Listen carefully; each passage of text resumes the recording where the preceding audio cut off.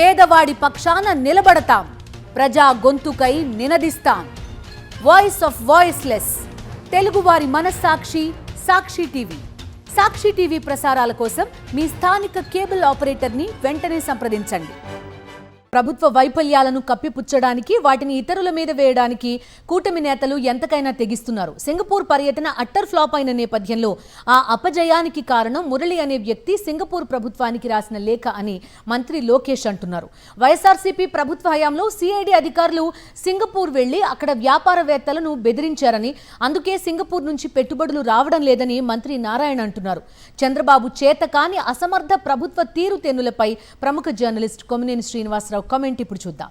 ఏపీలో కీలకమైన మంత్రిగా ఉన్న నారా లోకేష్ చేసిన ఒక వ్యాఖ్యను, మున్సిపల్ శాఖ మంత్రి పొంగూరు నారాయణ చేసిన మరో ప్రకటనను గమనిస్తే ఎవరికైనా మతిపోవలసిందే. లోకేష్ ఏం చెబుతున్నారంటే, టీడీపీ, జనసేన, బీజేపీ కూటమి సర్కారుకు వ్యతిరేకంగా సింగపూర్ దేశ ప్రభుత్వానికి ఎవరో మెయిల్ ద్వారా ఫిర్యాదు చేశారట. దాంతో సింగపూర్ నుంచి పెట్టుబడులు పెట్టడానికి వెనకాడుతున్నారట. ఇక నారాయణ ఏం చెబుతున్నారంటే, గత వైఎస్ఆర్ కాంగ్రెస్ ప్రభుత్వం సింగపూర్కు సిఐడి అధికారులను పంపి అక్కడ పలువురు ప్రముఖులను బెదిరించిందట. వీటిని గమనిస్తే ఏమనిపిస్తుంది, తమ వైఫల్యాలను కప్పిపుచ్చుకోవడానికి వీరు ఎలాంటి ఆరోపణలైనా చేయడానికి సిద్ధపడుతున్నారని అర్థం కావడం లేదా? కాకపోతే వారు తమకు తెలియకుండానే తమ అసమర్థతను బయటపెట్టుకుంటున్నారన్న భావన కలుగుతుంది. కూటమి సర్కారుకు క్రెడిబిలిటీ లేదని సింగపూర్ సంస్థలు అభిప్రాయపడుతున్నట్లు అనిపించదా? నిజానికి ఏ ప్రభుత్వం లేదా ఏ పెట్టుబడిదారుడు ఇలాంటి మెయిల్స్ని చూసి భయపడరు. కాకపోతే వాటిలో ఎంత నిజం ఉందో అన్నది నిర్ధారణ చేసుకోవచ్చు. తమకు వ్యాపారపరంగా లాభసాటిగా ఉంటుందని అనుకుంటేనే పెట్టుబడి పెడతారు. అంతే తప్ప ఎవరు వేరే వారిపై ప్రేమతోనో తమకున్న సంబంధ బాంధవ్యాలతోనో సొంత డబ్బు తీసుకొచ్చి ఖర్చు చేయరన్నది వాస్తవం. మరో కోణం చూద్దాం. ప్రజాస్వామ్యంలో ప్రభుత్వాలు చేస్తున్న కార్యక్రమాలపై ఎవరైనా తమ అభిప్రాయాలు తెలియజేయవచ్చు. ప్రభుత్వానికి వ్యతిరేకంగా లేదా అనుకూలంగా తమ భావాలను వ్యక్తపరచవచ్చు. అది సహజసిద్ధంగా ప్రతి పౌరుడికి ఉండే ప్రజాస్వామ్య హక్కు. లోకేష్కు ప్రజాస్వామ్యంలో ఉండే భావస్వేచ్ఛ గురించి అవగాహన ఉందో లేదో తెలియదు, కానీ ఈమెయిల్స్ ద్వారా లేదా ఇతర మార్గాల ద్వారా ప్రభుత్వంపై కంప్లైంట్ చేయడం తప్పు కాదు, కానీ అబద్ధాలు, దుష్ప్రచారం చేయడం తప్పు. అలాంటి వాటిపై ప్రభుత్వాలు చర్య తీసుకుంటూ ఉంటాయి. ఆ మాటకు వస్తే, గత జగన్ ప్రభుత్వంపై ఎన్ని రకాల అసత్య ప్రచారాలను టీడీపీ, జనసేన, బీజేపీ నేతలు చేశారో గుర్తులేదా? వైసీపీ ప్రభుత్వ అప్పు 14 లక్షల కోట్లంటూ ప్రచారం చేయడమే కాకుండా కొత్త అప్పులు పుట్టకూడదన్న ఉద్దేశంతో కేంద్రానికి ఎన్నిసార్లు రకరకాల రూపాల్లో కూటమి నేతలు ఫిర్యాదు చేయలేదా?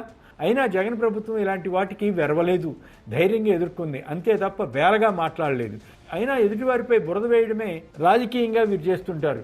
సింగపూర్ టూర్కు ముందే జగన్ నిర్వాహకం వల్ల సింగపూర్తో సంబంధాలు దెబ్బతిన్నాయని, వాటిని పునరుద్ధరించడానికి వెళ్తున్నామని చంద్రబాబు వ్యాఖ్యానించారు. తనకు ఎంతో పరపతి ఉందని, దాన్ని ఉపయోగించి మళ్ళీ అమరావతి ప్రాజెక్టులో వారిని భాగస్వాములు చేస్తామన్నంతగా ప్రచారం చేసుకున్నారు. కానీ ఆ దేశ మంత్రి టాన్సే అమరావతి ప్రాజెక్టులో పెట్టుబడులు పెట్టడం లేదని తేల్చారు. కాకపోతే సాంకేతిక సహకారం అందిస్తామని అన్నారు. అది మాట వరుసగా అన్నట్లే అనిపిస్తుంది. లేకుంటే ఫలానా కంపెనీ ఇంత పెట్టుబడి పెడుతుంది అంటూ టీడీపీ మీడియా ఊదరగొట్టేది. అది కాకుండా లోకేష్ చేసిన ఆరోపణలను ప్రముఖంగా ఇచ్చారు. అందులో ఒకటి మెయిల్ ద్వారా ఫిర్యాదు పర్వం. మురళీకృష్ణ అనే వ్యక్తి చంద్రబాబు ప్రభుత్వం మీద ఫిర్యాదులు చేశారట. అతను మాజీ మంత్రి పెద్దిరెడ్డి రామచంద్రారెడ్డి కంపెనీతో సంబంధాలు కలిగిన వాడని ఆయన ఆరోపించారు. తీరా చూస్తే మురళీకృష్ణ ఎన్నికలకు ముందు టీడీపీ కూటమి విజయం కోసం శ్రమించారట. ఇందుకోసం డబ్బు కూడా ఖర్చు చేశారట. తీరా టీడీపీ అధికారంలోకి వచ్చాక ఆయనకు చేదు అనుభవాలు ఎదురయ్యాయట. ఒక ఆరోపణ ఏమిటంటే, లోకేష్ని కలవడానికి కూడా ఆయన సిబ్బంది ముడుపులు అడిగారట. అది నిజమా కాదా అన్నది లోకేష్ ధృవీకరించుకుని వెంటనే చర్యలు తీసుకుంటే బాగుండేది. అలా కాకుండా ఆ మురళీకృష్ణను వైసీపీకి అంటగట్టే ప్రయత్నం చేశారు. దాంతో వైసీపీ వారు అతను ఎవరా అని ఆరా తీసి మొత్తం గుట్టురట్టు చేశారు. చిలకలూరుపేట వద్ద ఉన్న తన భవనాన్ని కూడా కొందరు టీడీపీ నేతలు కబ్జా చేయడానికి యత్నిస్తున్నారని, దాన్ని సెటిల్ చేసుకోవడానికి ₹1 కోటి డిమాండ్ చేశారన్నది ఆయన గోడుగా ఉంది. దీనిపై చంద్రబాబు లోకేష్లను కలవడానికి ప్రయత్నించి విఫలమవడం, తన బాధ పట్టించుకునే నాథుడు లేకపోవడంతో తను మద్దతు ఇచ్చిన టీడీపీ ప్రభుత్వంపైనే ఫిర్యాదులు చేశారట. కానీ లోకేష్ మరో రకంగా స్పందించి తన తండ్రి మాదిరే వైఫల్యాలను ఎదుటివారిపై నెట్టే యత్నం చేశారనిపిస్తుంది. మురళీకృష్ణ ఎవరో తెలిసి కూడా అతని గురించి అబద్ధం చెప్పారన్న భావనకు ఆయన అవకాశం ఇచ్చారనిపిస్తుంది. ఇక మంత్రి నారాయణ చేసిన వ్యాఖ్య అయితే అర్థం పర్థం లేకుండా ఉందనుకోవాలి. గత ప్రభుత్వం సిఐడి వారిని పంపించి ఎంక్వైరీ చేయించిందని, దానివల్ల ఆ దేశ ప్రభుత్వానికి, ఏపీకి సంబంధాలు దెబ్బతిన్నాయని, వాటిని మళ్లీ పునరుద్ధరించడానికి చంద్రబాబు ఆధ్వర్యంలో సింగపూర్ వెళ్లడం జరిగిందని అన్నారు.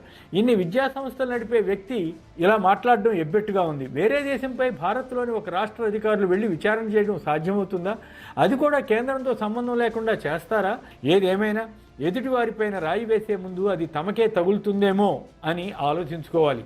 యాతావాత సింగపూర్ నుంచి చంద్రబాబు బృందం రిక్త హస్తాలతోనే తిరిగి వచ్చినట్లేనా?